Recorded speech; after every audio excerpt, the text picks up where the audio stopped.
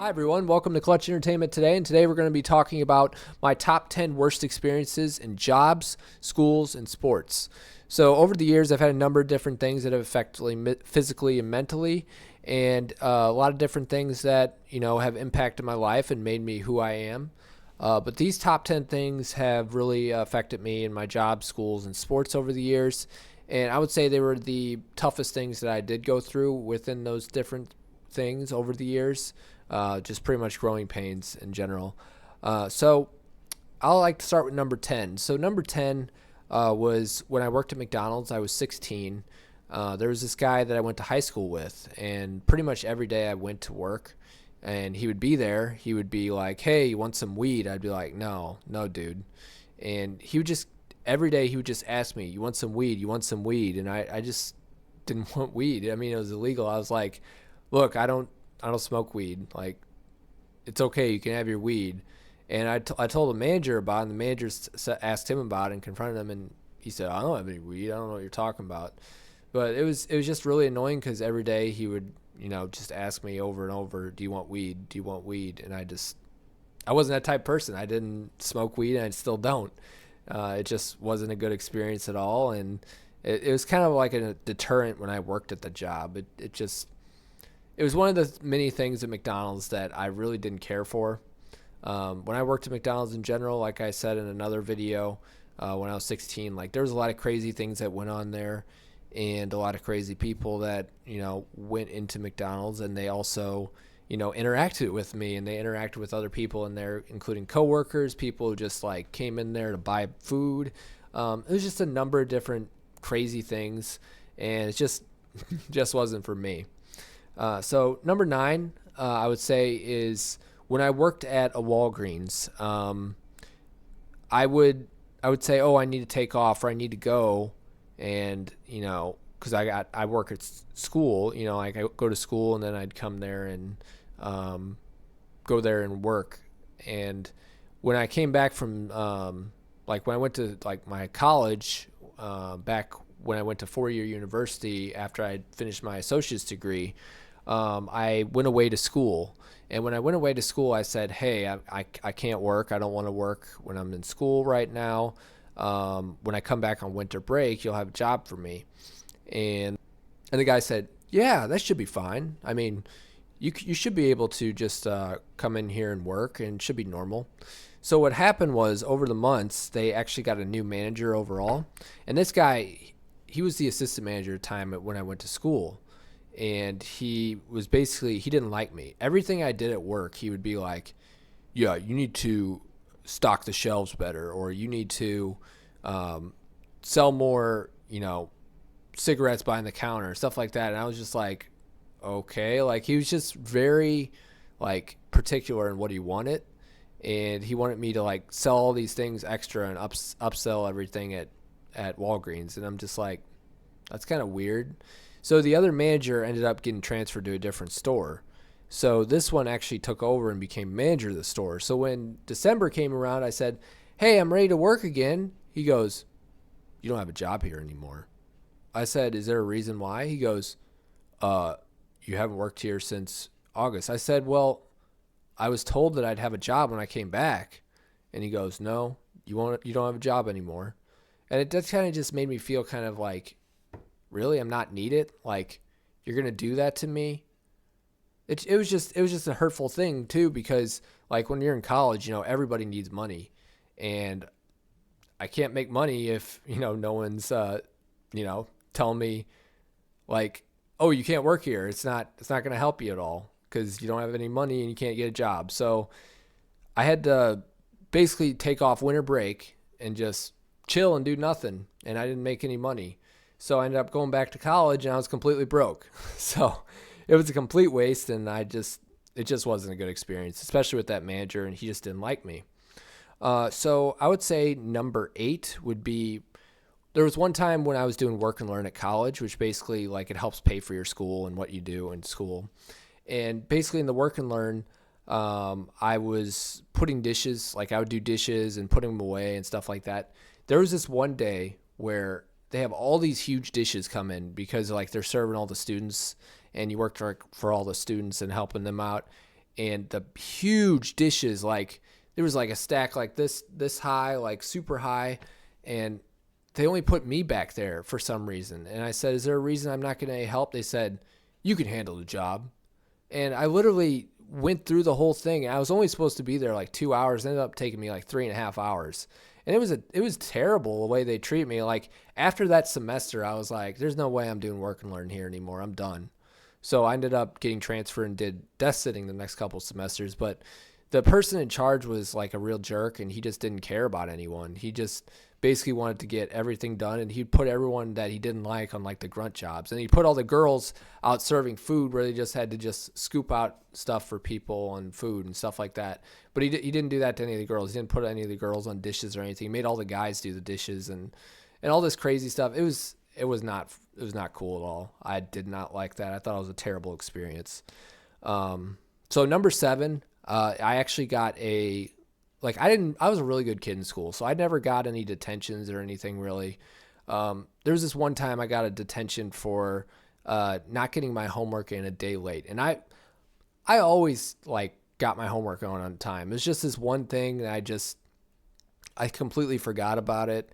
And like, nobody's perfect, of course, but like, it was just a bad experience. When I went to this lunch detention, there was all these kids who were like, they're all druggies, and they all like got in trouble for fighting and stuff like that. And like at the lunch detention, it's almost like an ISS. That's what it felt like in school suspension. But it just was not a good experience. I had to stay in cause like you don't get any, like you go to lunch detention and then you'd get like no other break after, cause like lunch was typically like 45 minutes or so. You get like 30 minutes to eat and 15 minutes. Well, basically I sat in here for 45 minutes, and it was like the longest 45 minutes of high school. But it was just a bad experience. And I just didn't like, being in there with all those other people who did really wrong things, and I didn't do anything wrong for my homework. So like basically I just forgot to do my homework. So it kind of like, I don't know. I didn't feel like I fit in there, cause I was always a good kid in high school. I didn't do anything wrong or bad, and I just wanted to get good grades and graduate. I thought that's what mattered. But I guess got put in that situation, and it just didn't work out. So I don't want to be in that situation again. So I didn't get there again the rest of my high school career. So didn't have to worry about it anymore. So I would say number 6 was when I played soccer in high school. There was this one time where some of the kids on the team were on the freshman team basically, and they were making fun of the coach kind of thing when they're like goofing in practice. So the coach decides, I'm going to punish everyone for the few. So basically we had to run these mega laps. So these mega laps would go up a hill around the soccer field, and then you go down a hill, you go around the baseball field, and you go back up a hill.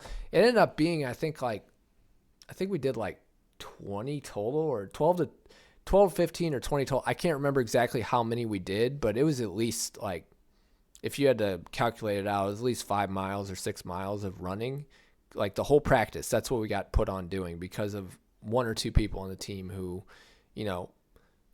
did this. And like, it was just really annoying. I just thought it was a horrible thing. Like by the time practice was done, my legs felt like spaghetti and I couldn't barely walk.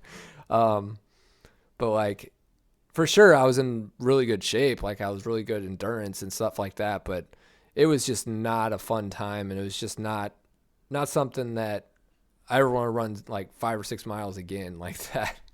I'm not like totally into running long distances. So doing that was probably number 6, and it was a bad experience. So number 5, was when I got out of college. I got a job at a church, and I was doing, like communications and stuff, working on the website for this parish. And I was doing like graphics and such like that.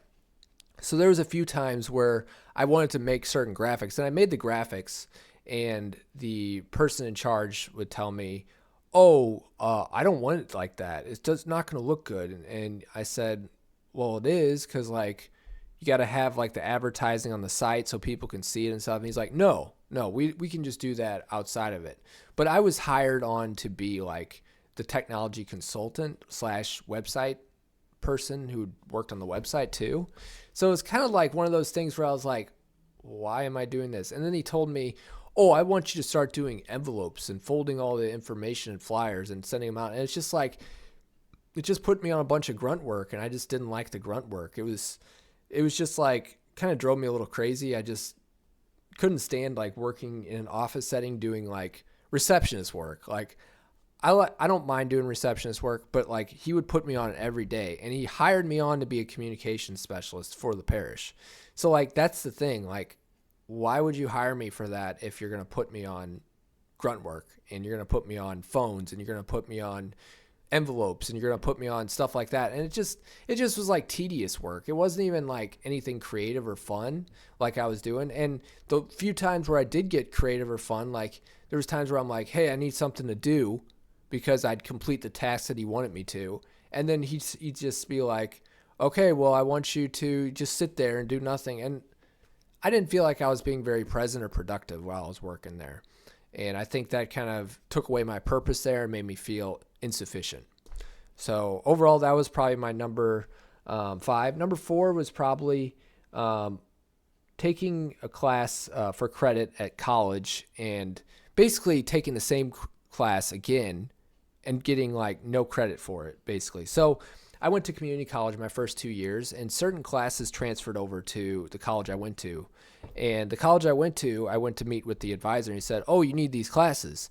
So I come to find out these equivalent classes that I took at Merrimack transferred over, and he told me they were insufficient. So I wasted about 6 to 9 credit hours on classes I already took, and it just made me have a horrible feeling in my stomach, because I'm like, I have to take another extra semester of college because I wasted my time. Like, it just wasn't fun. Like, why would he do that to me? Why would he sell out a student? And I reported to the dean about it, and the dean didn't really do much about it. And it was just annoying, because I worked really hard in these classes, and I didn't want to have to, duplicate classes. So I basically took a whole semester extra because of the advisor's mistake.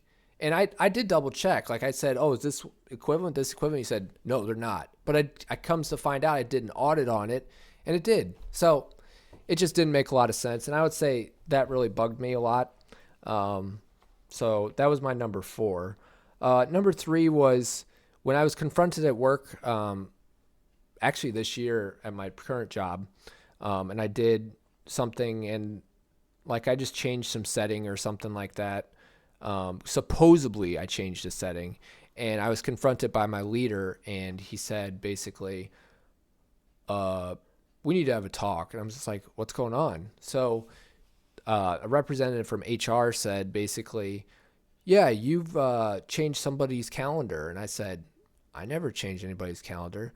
Well, it shows your name here and blah, blah, blah. And I said, okay, I'm not associated with that specific area. There's no reason why I would mess with anybody's information. And they basically said, well, you did, or something like that. And I said, well, let me explain myself. Like, I was working with this person, and I assisted them on this ticket. And then basically, they were all done, and I'd never touched any technology stuff. And they said, well, maybe it could have been a bug. So overall, I got confronted by it, and made me feel really scared and afraid because I was being confronted. But overall, I just didn't feel very, very great that day anyway. So it kind of made me feel worse, and it kind of made me feel like, you know what, like I didn't do anything wrong, so why am I feeling this way? But like, it was just not a good feeling at all to be like confronted by my HR group, and to be like, you did this wrong, and I didn't do anything wrong. But it was just a bad feeling. It was just a bad experience. So my second my second worst experience would be leaving school and getting in a car accident. So when I was a junior in high school, I left my school, and there was a yellow light, and I went through it. And the guy behind me, he hit me from behind, and I hit the car in front of me, and the car in front of me hit the car in front of them. So my 2 brothers were in the car with me, and we all just got out, and we were just all shaking and scared and stuff. It was a terrible experience. And the guy behind me said, oh, sorry, I forgot to hit the brakes or something like that. And he had a big crack on his windshield, and the police officer came and said, how'd you get that crack on your windshield? Oh no, I don't remember. I was just like, okay, you probably weren't even wearing a seatbelt. So overall, he got in trouble for not wearing a seatbelt, not for going through a red light. And the next day, he approached me at school because he was actually in my grade, and he goes, "Yeah, man, sorry, my Firestone cut my brakes." I'm just like, they didn't cut your brakes. He was blaming the car dealer for cutting his brakes when he got them replaced and putting them on backwards or something like that. And maybe it wasn't cutting brakes, maybe it was reverse brakes that they put on. But a car dealer wouldn't do that. They would get sued and such. I think he was just making excuses. He didn't want to look bad. And I would say the worst experience I've ever had was when I was in band in high school. I was a junior in high school, and the band director said, "Okay, Philip, I want you to go in the other room because you're not playing the notes correctly." And I said, "I'm trying my best. Like, I'm trying to play these notes." And he's like, "Well, it's not sounding good," kind of thing. "So we're going to put you in here and you can just sit here the whole hour." So probably for about a week or two, he put me in the band room, like a separate room from the class. I remember I was like tearing up and crying because like I was just like, I'm all in this room by myself. Like, why would he do this to me? Like, I'm in band because I want to be in band and I want to play on the jazz band and so after 2 weeks, I finally was like, I've had enough. So I went into the classroom. I was like crying my eyes out, and I was talking to the band director, and then we got the principals involved. My parents weren't very happy about this because they found out about it, and it was not a good situation. He apologized to me overall afterwards and said he was sorry, and I forgive him for it. But it was just a horrible experience, and like the way I got put in a room by myself just because I wasn't playing good enough according to his standards, like it's totally wrong, and it should never happen to anybody. But that was my worst experience out of everything that I've talked about. But overall, these were my top 10 worst experiences, and hopefully nobody has to go through any of these that I went through.